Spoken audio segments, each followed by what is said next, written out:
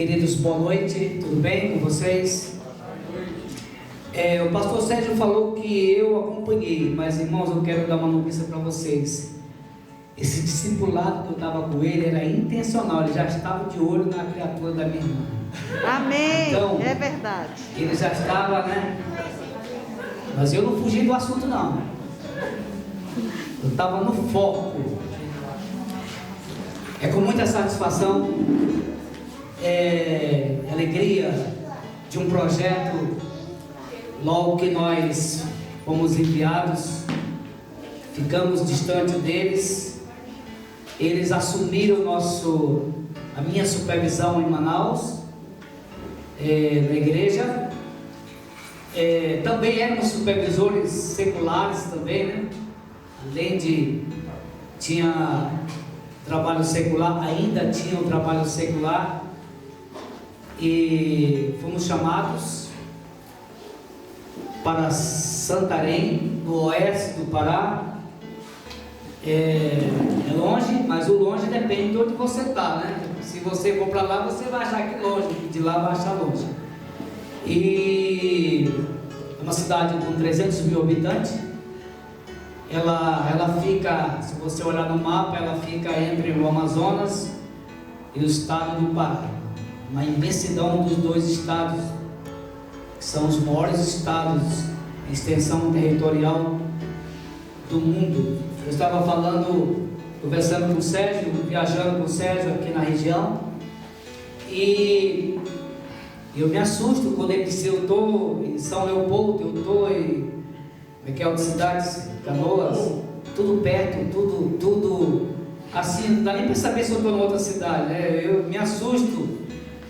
E estava conversando com a Aline, né? Aline, eu digo: Aline, as dimensões são tão grandes que às vezes eu já viajei acompanhando um discípulo profissional que ele queria fazer uma viagem grande pela empresa. Ele pediu que eu acompanhasse para dirigir com ele.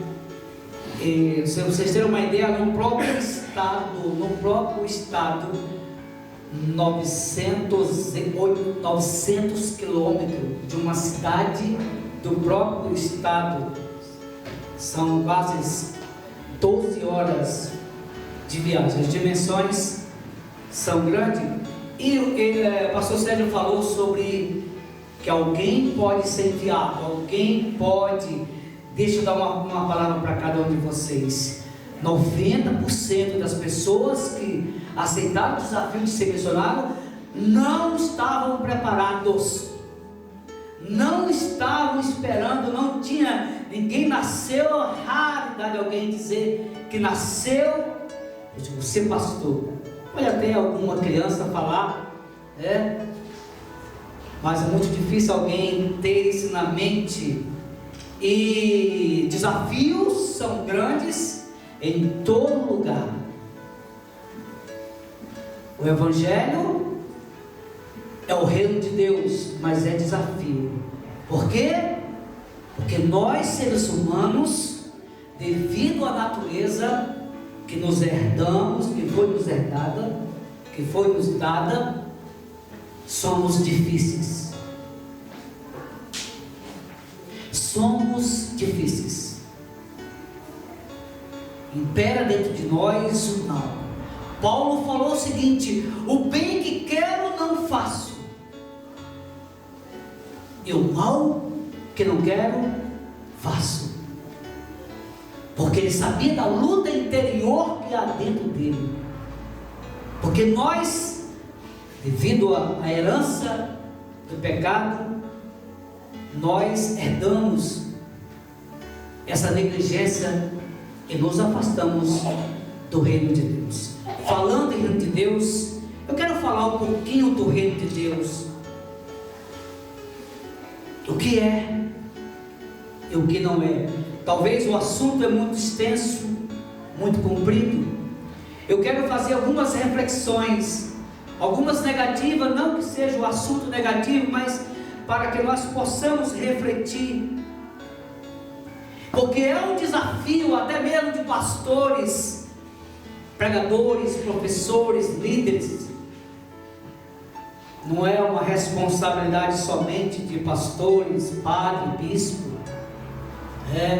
Eu convivo eu tenho uma relação, principalmente pela minha esposa, que ela trabalha numa instituição católica, e eu tenho uma relação amigável com padres e pregadores, padres preocupados em pregar o Evangelho.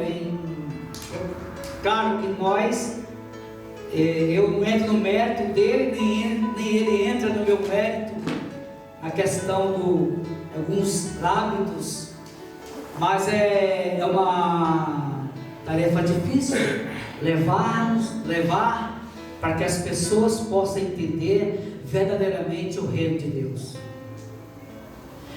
Isso não foi diferente no tempo de Jesus. A trajetória de Jesus, a maneira como ele chegou no mundo, já foi um espanto, ou algo diferente que os judeus não estavam esperando, que até hoje eles têm dificuldade de entender a missão verdadeira de Jesus. E os próprios discípulos demoraram também a entender qual foi o propósito principal de Jesus ter vindo a este mundo. E nós sabemos historicamente, pelo livro de história, pelos nossos pais, pelos nossos avós, pelos filmes, pelo que nós vemos, mas será que você entende e sabe a razão pela qual Jesus veio ao mundo?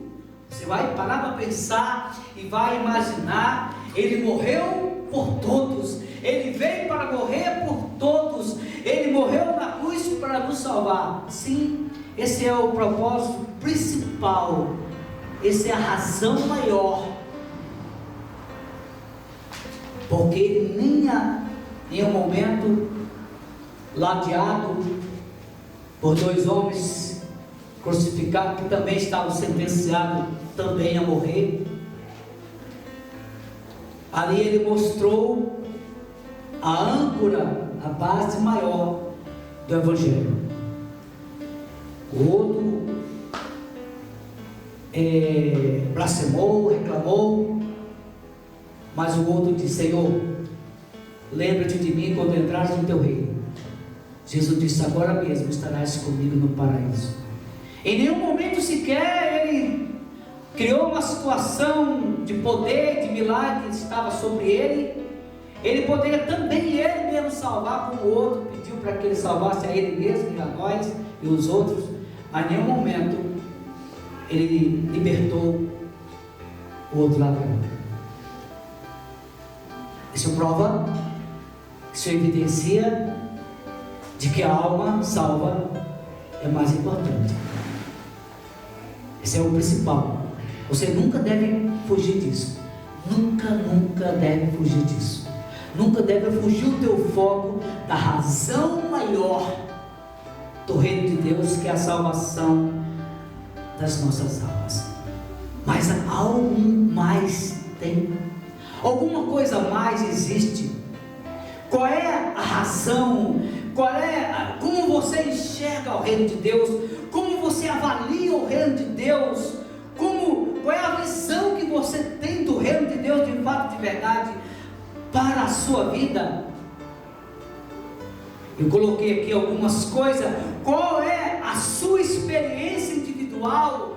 Qual é o teu chamado individual? Qual é o teu entendimento, além de quatro paredes, além da placa da igreja, além da relação que você tem com os outros? Mas qual é a tua experiência?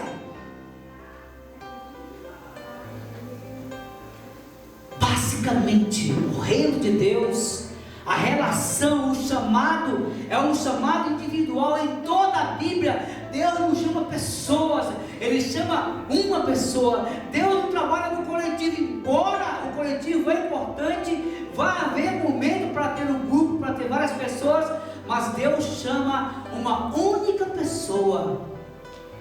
O chamado é individual. O chamado é individual. Você pode ter alguém que vai lhe ajudar, alguém que você vai se esperar, você pode ter a sua esposa, você pode ter o seu marido, mas se você observar, Jesus chamou de um por um e pelo seu nome. Parábola das 10 virgens. Isso é uma prova de que tinha 10 mulheres estavam esperando o noivo e o noivo demorou. A maior prova de fé é quando o noivo demora, quando as situações não estão no teu alcance, é quando você não vê os resultados, quando você não vê as saídas, quando você não vê o objeto da fé. E aí o noivo demorou, todos foram adormecer, foram dormir. A Bíblia relata que 5 estavam preparadas e 5 não estavam preparadas. Quando ele apareceu, começou a correria, começou a pegar as suas ferramentas, e aí as 5 que estavam preparadas com o seu azeite foram se encontrar com o noivo, e a Bíblia diz que as outras que não estavam preparadas foram pedir do azeite, das que tinham azeite. Elas disseram, uma linguagem mais apropriada: o que eu tenho é só para mim. Foram comprar, não deu mais tempo. Por quê? Porque o chamado é individual. Naquele momento, o chamado é individual. Qual é a nossa experiência que nós temos com o reino de Deus? Existe alguma coisa a mais? Existe alguma coisa a mais dentro do reino de Deus que eu preciso experimentar? E o reino de Deus só faz sentido se houver experiências. Ele só faz sentido para a minha vida individual. Estou falando individual, se eu tiver experiência. Mas para que eu tenha experiência, eu preciso me aprofundar. Eu preciso experimentar algo mais do que uma placa de uma igreja, algo mais do que você frequentar, algo mais do que você se relacionar, algo mais do que você crer, de você gostar. Existe alguma coisa fora das 4 paredes do reino de Deus. E é um desafio da igreja, é um desafio individual, é entender que existe algo mais do reino de Deus. E Cristo, ele passou 3 anos e meio com os discípulos para mostrar para ele o que era o reino de Deus. Irmãos, Jesus passou 3 anos e meio com os caras, de manhã, de tarde, de noite, para que eles pudessem entender o que é o reino de Deus. Ele poderia, ao toque de poucas palavras, de pouco tempo, não. Ele se dedicou muito tempo, dias e noites, para que eles pudessem entender que o reino de Deus não era como os judeus estavam esperando, um cavalo de Troia, montado com vários anjos ao seu redor, e libertar o povo judeu do Império Romano. E olha como é que o camarada veio. Camarada não, com todo respeito. Olha como é que ele veio. Olha a forma como ele tratou. Olha a forma como ele trouxe o Evangelho. Olha a forma como ele pregou. Olha a forma como ele tratou. Isso é difícil os próprios discípulos entender. E também é difícil você e eu, e até eu também, nós estamos buscando entender o que é o reino de Deus, de fato, de verdade. Além da cruz, além de sermos salvos, além de frequentar uma igreja, como nós compreendemos o reino de Deus para nós, de fato, de verdade. E se ele funciona, qual é a minha relação com o reino dele? Qual é o meu envolvimento? Será que eu acredito de fato, de verdade? Será que ele funciona? Costumo dizer que o reino de Deus só funciona para quem precisa. Você pode estar perguntando: não, pastor, para quem crê?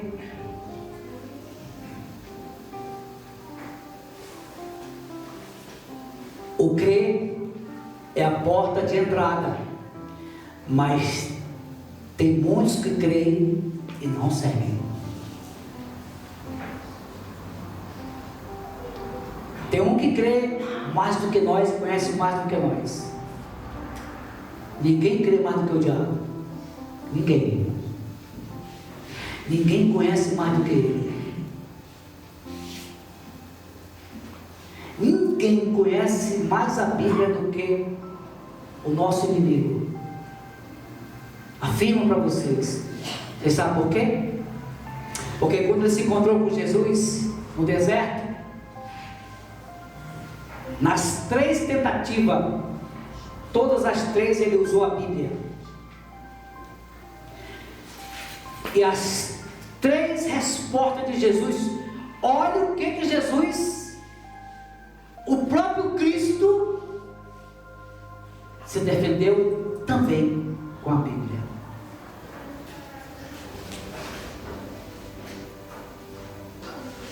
Então nem todo mundo que crê segue, nem todo mundo que crê se envolve, nem todo mundo que crê avança. Porque existem algumas prisões emocionais, algumas prisões espirituais que nos impedem de nos avançar.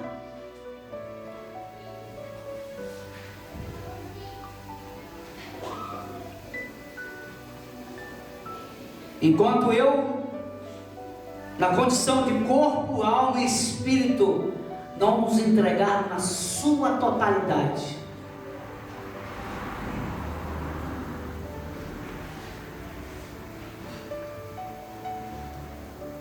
Jesus disse para Pedro, num confronto já próximo da sua crucificação, depois de 3 anos e meio, Jesus olhou para Pedro e disse: Pedro, tu me amas?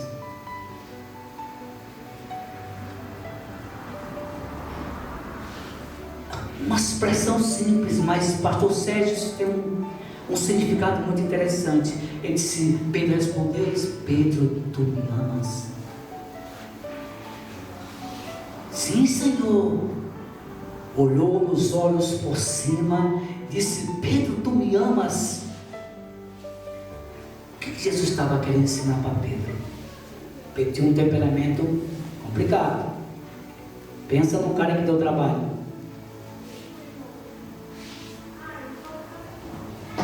Essa expressão é o mesmo que dizer: Pedro, tu entendeu o reino de Deus? Tu compreendeu? Tu entendeu que existe muito mais do que isso, Pedro?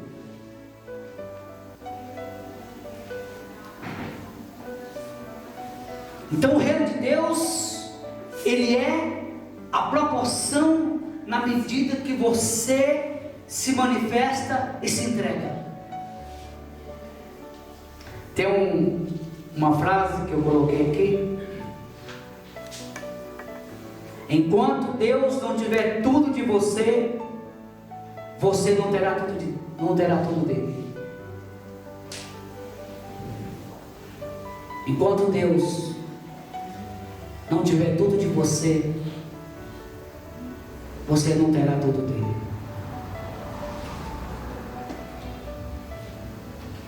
Porque o reino de Deus, ele é entendimento, ele é compreender, ele é de uma tal forma que você precisa assimilar que existe alguma coisa a mais. Existe alguma coisa a mais do que você frequentar a igreja, participar de uma religião. O reino de Deus é algo individual que precisa ser compreendido, mas tem que haver uma entrega na sua totalidade. Mas nós, com nossos temperamentos, com nossos medos, com as nossas falhas, muitas vezes com as nossas resistências, o reino de Deus, ele não se manifesta. Porque Ele é uma revelação na medida que você quer ser revelado por Ele.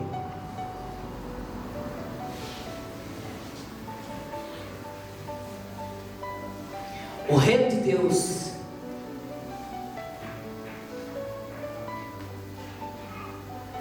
se essa igreja ou qualquer outra igreja, vamos imaginar que não tenha mais, vamos imaginar que de repente houve uma situação, governo, política, judicial, feche as portas. Onde está o reino de Deus, irmã Graça? O reino de Deus tem que estar com você. O reino de Deus tem que estar com você onde você estiver. Por que muitos de nós mesmos, não avançamos na fé? Por que muitas respostas não tem? Porque estamos em cima do muro. Se nós avançarmos, se nós haver uma entrega maior no reino de Deus, vocês vão ver como Deus vai se manifestar, Deus vai falar e nós vamos ter experiências. Muitas pessoas não têm experiências porque não se entregam totalmente no reino de Deus, não avançam, não crescem.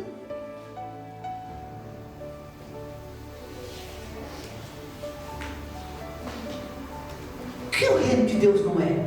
Ele não é uma religião, ele não é uma placa de igreja, ele não é um grupo de pessoas. Isso é importante. A sociedade exige que pertencemos a uma religião X, mas ele não é. É algo mais, é uma experiência que você tem, que você precisa ter. Às vezes nós precisamos um do outro, precisamos da esposa, precisamos do marido, precisamos de alguém, mas Deus quer se manifestar com você. Não limite Deus. Deus quer se manifestar, Deus quer ter experiência com você. Deus se manifestou, teve experiência com todos os homens da Bíblia de várias maneiras diferentes. Deus não foi acepção de pessoas. Estamos nesse mundo, vivemos nesse mundo, precisamos trabalhar com esse mundo, mas não somos deste mundo. E o reino de Deus não é deste mundo. E Jesus era confrontado muitas vezes, era indagado muitas vezes sobre essa separação. Muitas vezes eles queriam que Jesus compartilhasse com essas coisas dessa vida. Ele disse: dai a César o que é de César e a Deus o que é de Deus. Existe o mundo de César, existe o mundo de Deus, meu irmão. É esse mundo que Deus quer se relacionar com cada um de nós. Ele não tirou o mérito de César. O César, estou falando do mundo secular que nós vemos. Ele não tirou o mérito de César. Ele não tirou das suas obrigações que ele trabalhou com a família dele.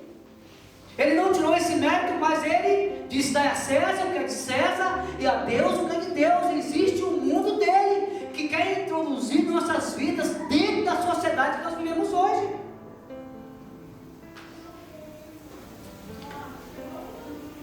Esse texto que eu li lá em Mateus 4,4 sobre a tentação de Jesus, ele traz uma mensagem interessante. A gente olha do que Jesus falou para o diabo, mas serve para nós. Ele disse, olha o que ele disse para a serpente: mas de tabela é para nós.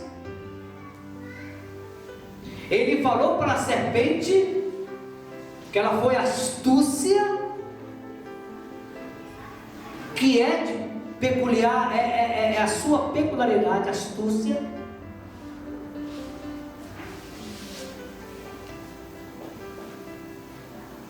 Você sabe qual é o maior engano,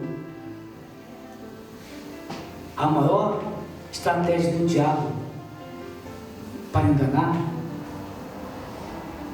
É não parecer diabo.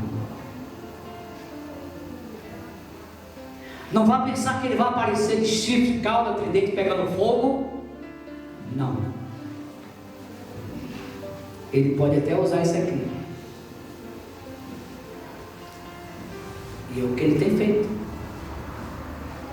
Ele engana com astúcia.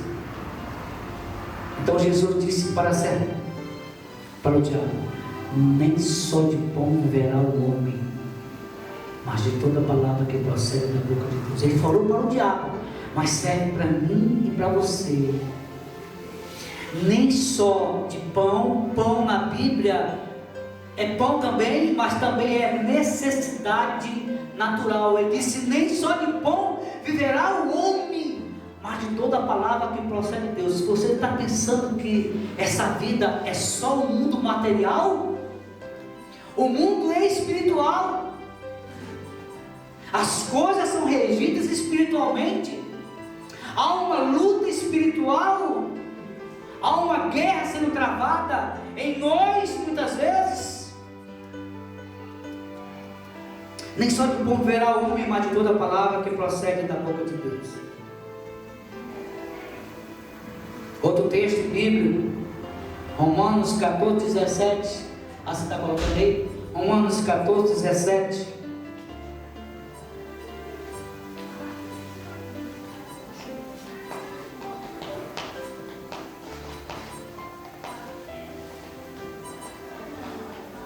Deixa eu ler aqui. Porque o reino de Deus não é comida e nem bebida, mas justiça e paz e alegria no Espírito Santo. Se enganem. As pessoas se enganam. Vivemos neste mundo, fazemos as coisas desse mundo, temos que fazer as coisas do mundo, mas existe o reino de Deus que anda paralelo com este mundo. O mundo espiritual, ele tem o poder de influenciar, e que às vezes não se percebe, às vezes você não tem a noção, porque não há um aprofundamento, porque não há uma entrega, não há um envolvimento total para que nós possamos entender o que está acontecendo no mundo espiritual. E muitas vezes ficamos refém das coisas dessa vida. Queremos resolver as coisas no nosso braço, nas nossas forças. Um outro texto, Lucas, 1 Coríntios 2,14.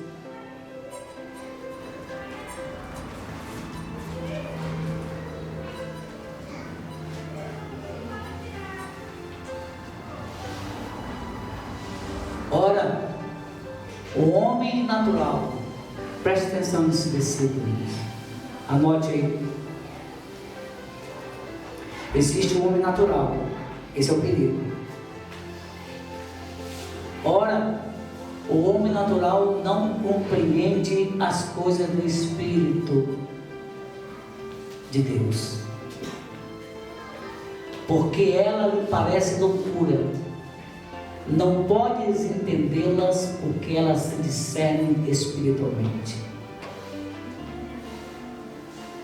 Ou você vive no natural, ou você vive no mundo espiritual.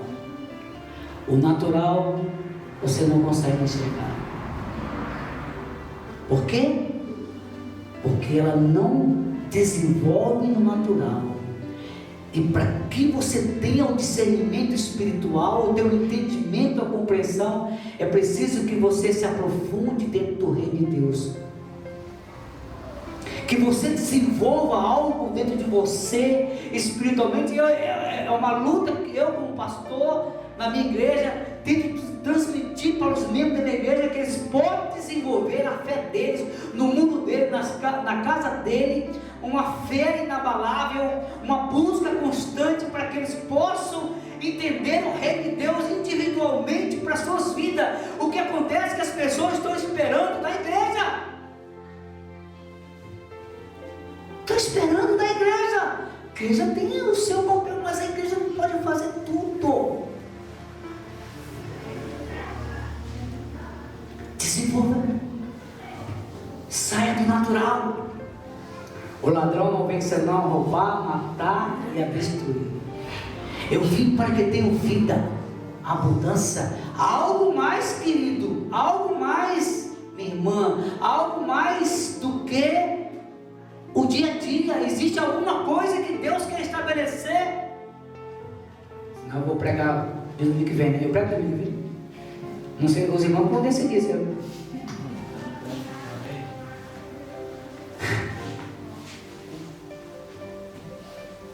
Eu vim para que tenham vida. Se nós não estamos experimentando essa vida abundante, tem alguma coisa errada. Talvez você esteja restringindo. E o último versículo que eu quero ler com vocês não é muito conhecido também não. Acho que ninguém, só quem conhece é Santarém. Apocalipse 3:20.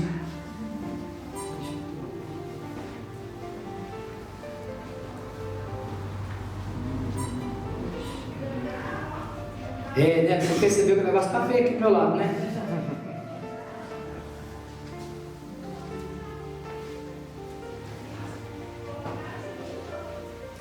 A Aline até agora está procurando Santarém no mapa, não está encontrando.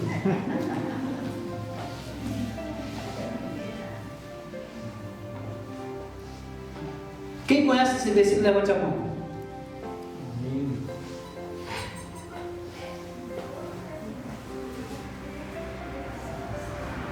Mas eu tive um outro entendimento dele. A gente usa ele para muita coisa, né? Para mais, para evangelismo, né?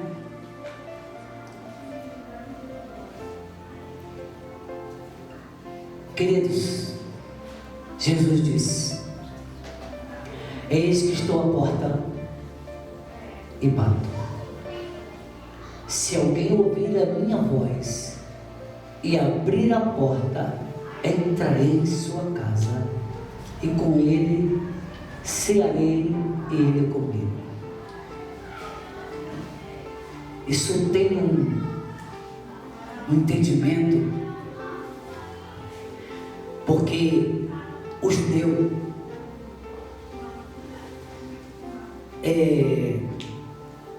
na refeição, na mesa, na cultura judaica, isso tem um valor muito grande.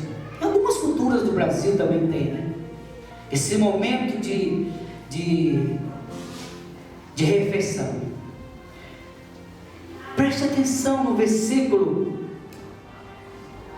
Ele está dizendo o seguinte: ele está dizendo que ele vai entrar na sua casa caso você permita, caso você, porque tem gente que não abre a porta por inteiro, tem gente que ainda não vai, tem gente que ainda está com o pé atrás. Ou você dá tudo para Deus, ou você não terá tudo dele. Então cear com Ele é você chamar Ele para a mesa, é chamar para a tua realidade, da tua casa, do teu convívio, dos teus problemas. Imagine, será que na refeição só é bênção? Conta dificuldade, fala de dívida e você reserva uma cadeira lá para Jesus, reserva uma cadeira para Ele lá, que Ele está dizendo assim: me chama que eu vou sentar junto na mesa com vocês.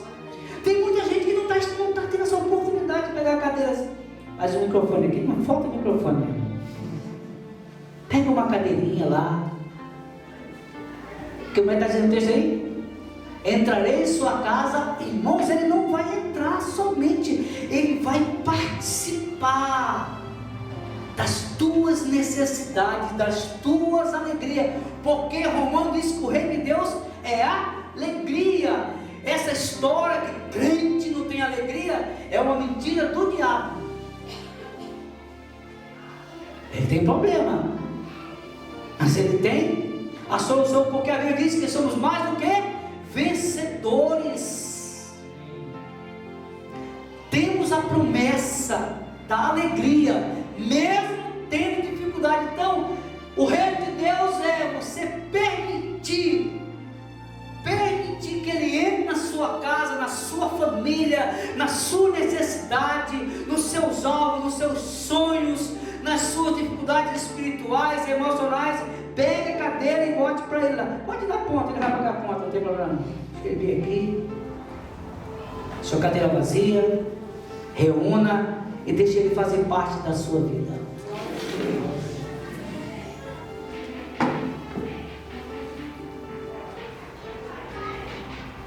Ele quer cear com você. Ele quer interagir. Ele quer interagir. Não limite o que Deus tem para você.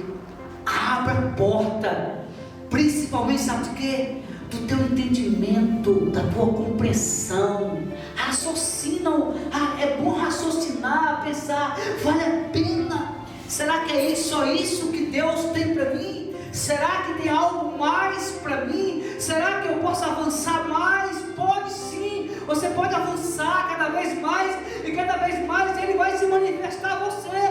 Você precisa ter experiência com Ele, e pare de pensar no outro, pare de depender do outro. Deus quer se manifestar a você, e você vai ver coisas incríveis na sua vida.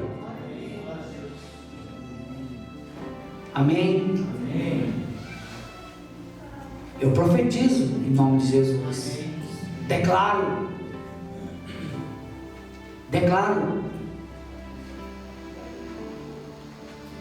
Foi o que Jesus passou com os discípulos, mostrando o reino de Deus.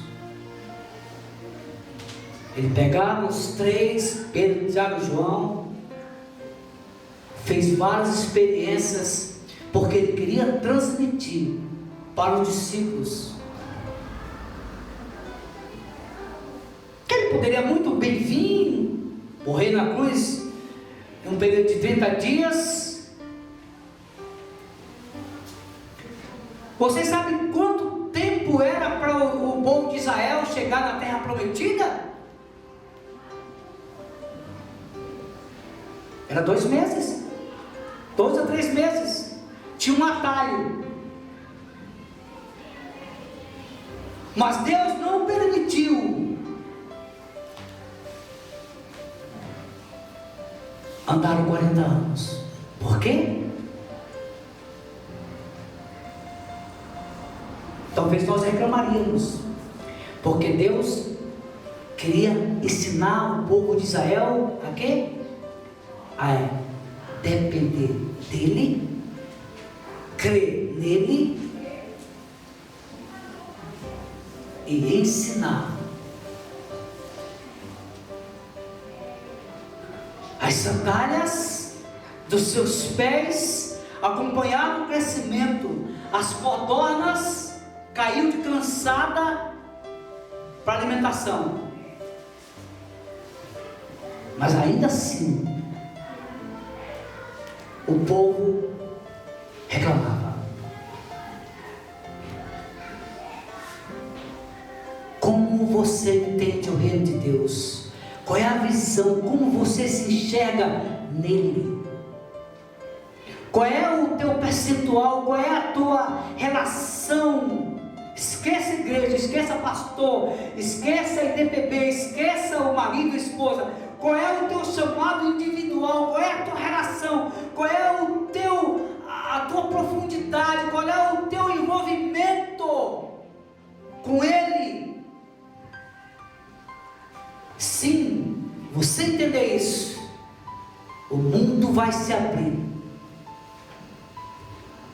para a sua vida, e você vai ter experiência na sua vida, e vai influenciar a família, vai influenciar os filhos, e vai influenciar a sociedade, e vai influenciar a igreja. E pode ser até ser pastor em Caxias. Se você não for para Caxias, eu vou. Eu não estou longe, meu Deus do céu.